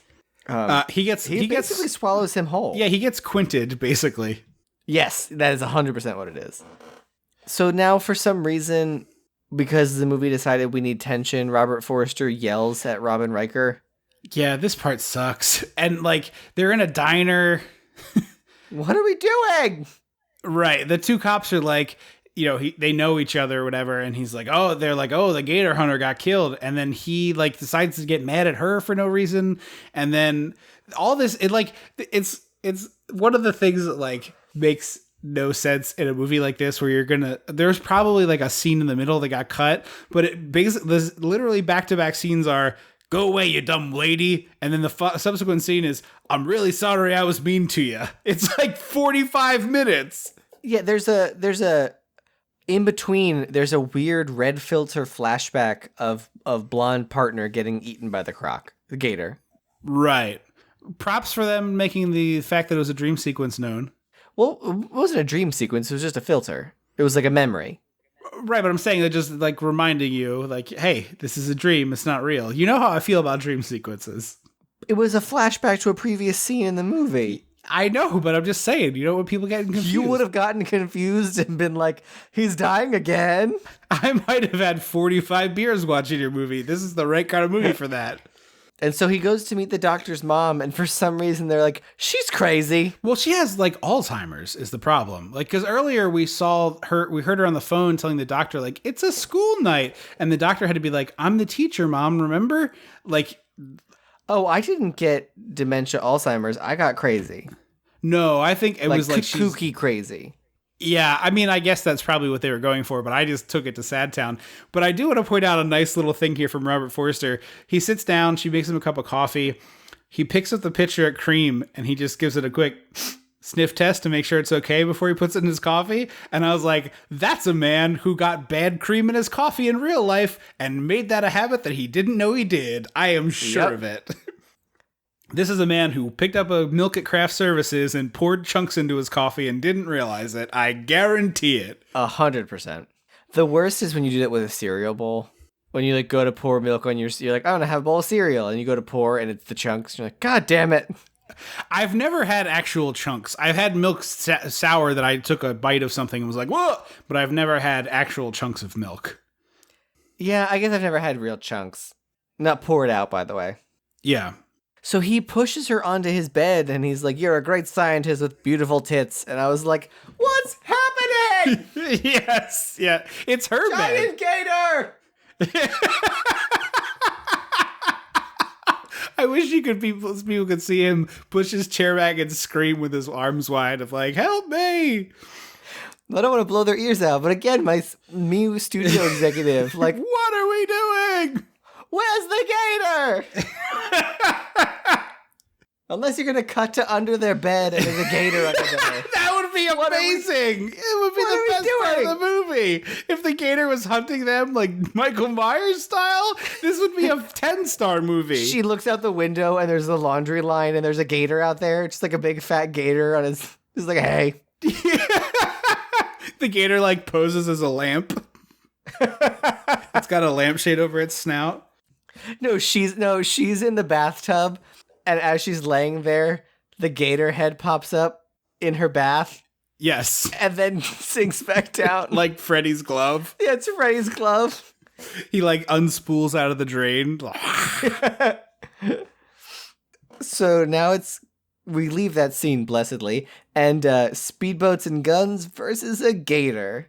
Yes, they're firing like AK or M16 type rifles at this gator, and then somehow the gator is able to like, it keeps like going down and popping up and going down, popping up, and they're shooting at it. It's somehow able is to like rise out of the water directly in front of the boat, and so the boat hits it. It does no damage to the gator, but the boat launches into space basically. And then we see there's this crash zoom on the boat being full of explosives that we didn't know were there. And it explodes.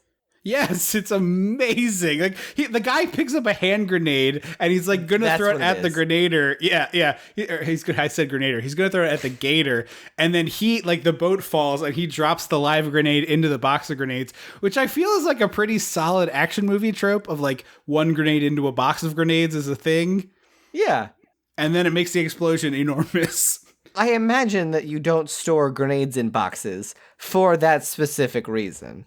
I have absolutely no idea, but you do often see them in like little compartmentalized boxes, almost like an egg carton sort of setup, or like a case of beer. You're right. There's the egg carton. Yeah. And then this leads to this. So it's like, it reminded me of this video game Maneater, which is a shark-based game I've been playing for the last month or so. This is the second or third time you brought it up on the pod. Yeah, well, this is like directly out of Maneater. Like, you cause the boat to blow up, and then there's like one guy trying to swim away, and the gator just comes and chomps both his legs off. So he's just like got these two little stumps of flailing. It's some primo getting eaten to death acting.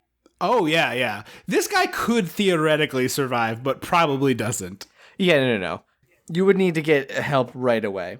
And then we cut to the rich people wedding, and I was like, are we going to get a bunch of rich people getting eaten by a gator? Yes.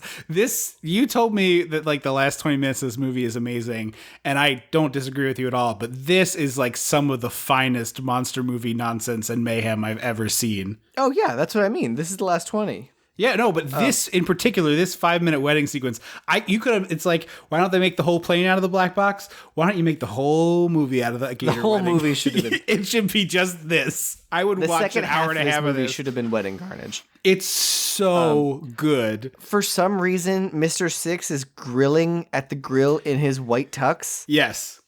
You can't understand a word he's saying. He's babbling incoherently about like getting the wood and the wood making the meat good and blah, blah, blah, blah, blah. And everyone's just kind of like humoring him. Meanwhile, he's grilling like 3-pound porterhouses. They're like a phone book thick, like an old 80s or 90s phone book thick, not a current phone book.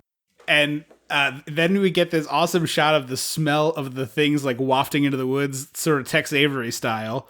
But you know what annoyed me is that it wasn't, so they pan over to the bushes and I was like, oh, the gator's going to like lift his head a little bit. But they like dissolved to where the gator was. And I was like, oh. Probably because the puppet didn't work well enough. There's probably like a puppet problem, I would imagine. Well, it doesn't have to move. It could just be in the bushes. Yeah. But he pops out. He eats this maid like instantly who's there. Yeah. Like dressed like a French maid. Yeah, they're all, it's very Knives Out. Yeah. Well, it's very Clue. Yeah, it's Clue. I was listening. The gator looks so good. It looks so good. It's like a delight. It's exactly what you want out of a movie with the title Alligator. Like, he's tail whipping people. The guy goes flying into a whole cake, which I want to add to my list of things I would like to do as a movie extra. Yeah. The bride gets pushed into the pool. Yes. There's an awesome tail whip where he hits a guy and he goes flying and he does like a cross body block wrestling style and takes out 2 people into the pool. Yes, he does. He like totally tackles 2 people. He eats a bunch of people. There's a couple maids, a violin player, or a band player. Yeah, I wanted a scene where he ate an upright bass, a double bass. Like, yeah. I wanted like the bass player to like throw it and the gator just like and just turn it into splinter like toothpicks. That's what I really wanted. No, I want him to eat a baby grand. Yeah, I'm fine with someone that. Tries to like they're flapping the top at the gator. And then the gator's like chomp, and you hear that classic like smashed piano sound. Yeah, I would love that too. Mr. Six abandons his daughter and son-in-law. Yes, and the mayor. I was like, they're like running away, basically hand in hand. And then when he gets to his car, he shoves the mayor and gets inside. And I was like, why? Why? It makes no sense. And then he's like frantically screaming at his driver to like drive away, and the guy can't because the gator has arrived, eats the mayor, like swallows him whole, which is delightful, and then just tail whips the hell.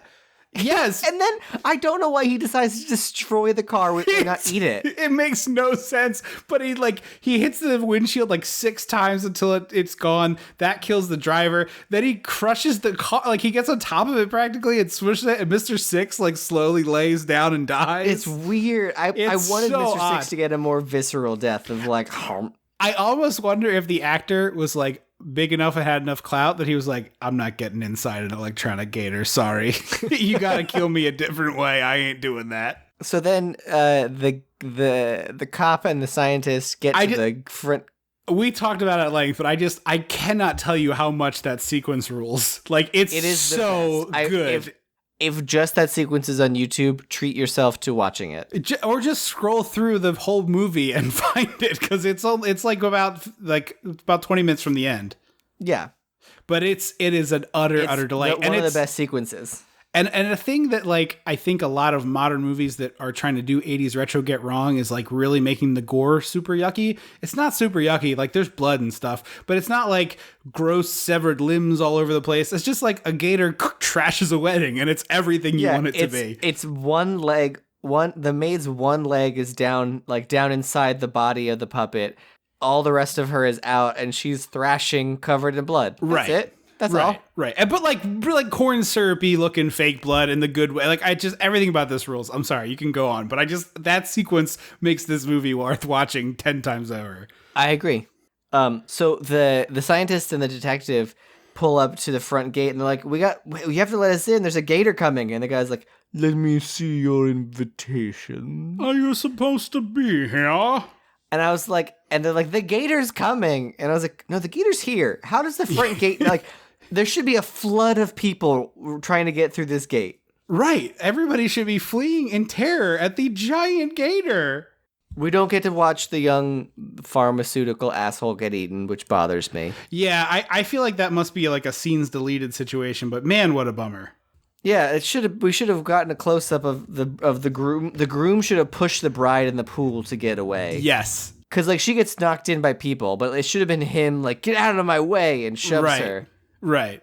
So they're like, we were right. The gator is going back to the sewers. And within 3 seconds, Robert Forster finds the gator again. I was like, okay, well, it feels like we're just kind of rushing this. Yeah, it's like they were like, all right, we shot the wedding sequence. Oh shit, we have 1 day left to finish the movie. Everybody hurry. You got to run serpentine from a gator. If I learned anything from the worst case scenario survival handbook, it's always serpentine. Right. So he's down in the sewers, and he pulls out a gas mask, which was alluded to earlier as something that would be helpful in the sewers because they were full of methane. So it's like, oh, it's going to make this gator explosion way better. Well, yeah, I was like, I thought he was going to like toss a match down there, but then I remembered he had the dynamite, and I was like, oh, we're combining things. Ties the dynamite to the little ladder thing, and the gator tail whips his mask off. Yes, like very precisely tail whips his mask off. It's weird. It's like a whip. Yeah. So he climbs up. Oh, he had told the scientist to like make sure this manhole cover is clear and go get the chief. But an old lady has parked her car on it. And so the scientist goes back and is pounding on this door like, lady, you gotta move your car. And the woman is like not listening, and so she rips the door open, shoves the woman across, and then throws it in reverse. And I was like, we don't have enough old lady shoving in movies. Like we need more of that. it's like a 2 or 3 minute sequence where there's a garbage truck that's like very slowly emptying a dumpster and they're like frantically back at the window. But just the moment of like Robert Forster getting to the manhole cover, putting a shoulder in and starting to lift it, and this lady's tire rolling right over it, I was howling with laughter. Like it's such a delightful way to create this obstacle at the end of the movie. Yeah, it's so good. And that goes back to what I said at the beginning, is like, it's just well written. Like that is a well written visual joke. Mm-hmm. Shows the old lady, drives away so he can get out, and they blew the fuck up out of a real fake croc. Yeah, they really did. And it also, like, there's a sewer entrance and the manhole cover, and there's like a huge vertical plume of fire out the manhole cover and then out the sewer cover. It looks way bigger than it was supposed to be, like, on the street level. It's a huge fireball. It's kind of a Goonies moment where like 4 other manhole covers launch. Yes, and one car blows up. Like a blue car, like down the street. Yeah. The chief is like, hey, you made it. You're back on the force. And I was like, it's weird that there's no, like, crop of baby crocodile stinger. And then as I was writing that note, we, like, slow zoom on a sewer, and I was like, oh, wait a minute. And then another... I thought it was going to be eggs. Yeah. And that is our friend's third role in this movie.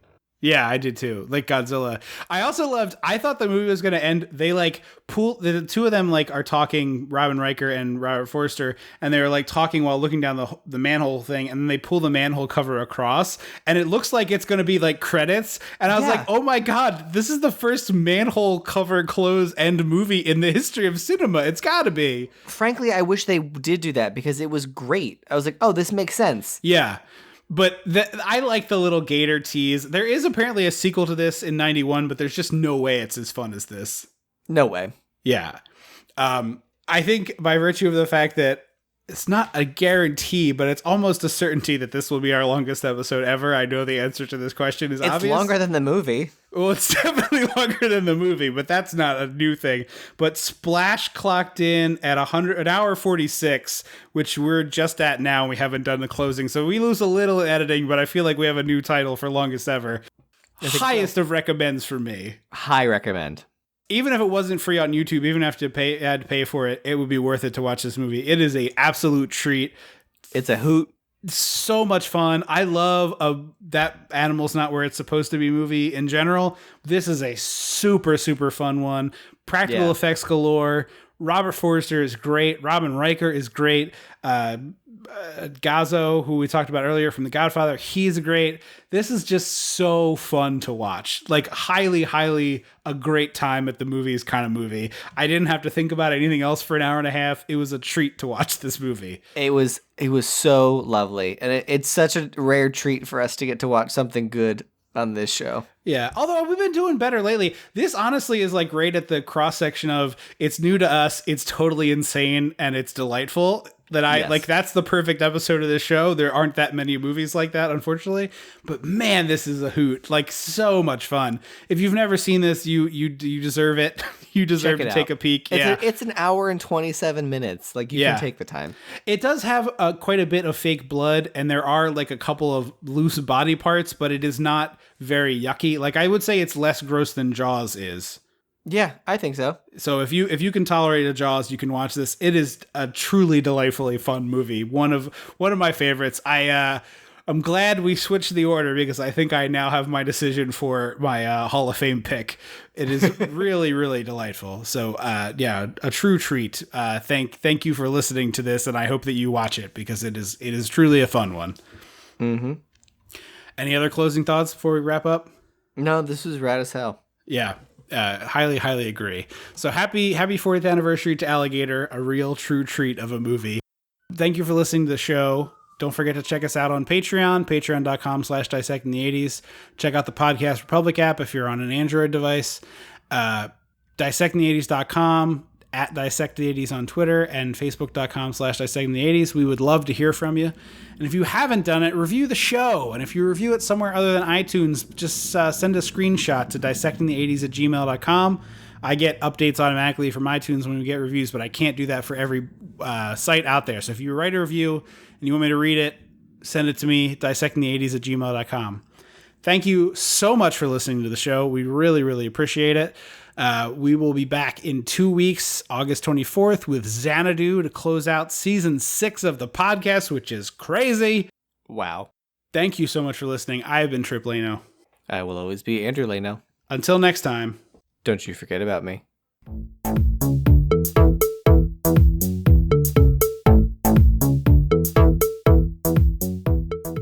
Dissecting the 80s is a Chum Some of This production.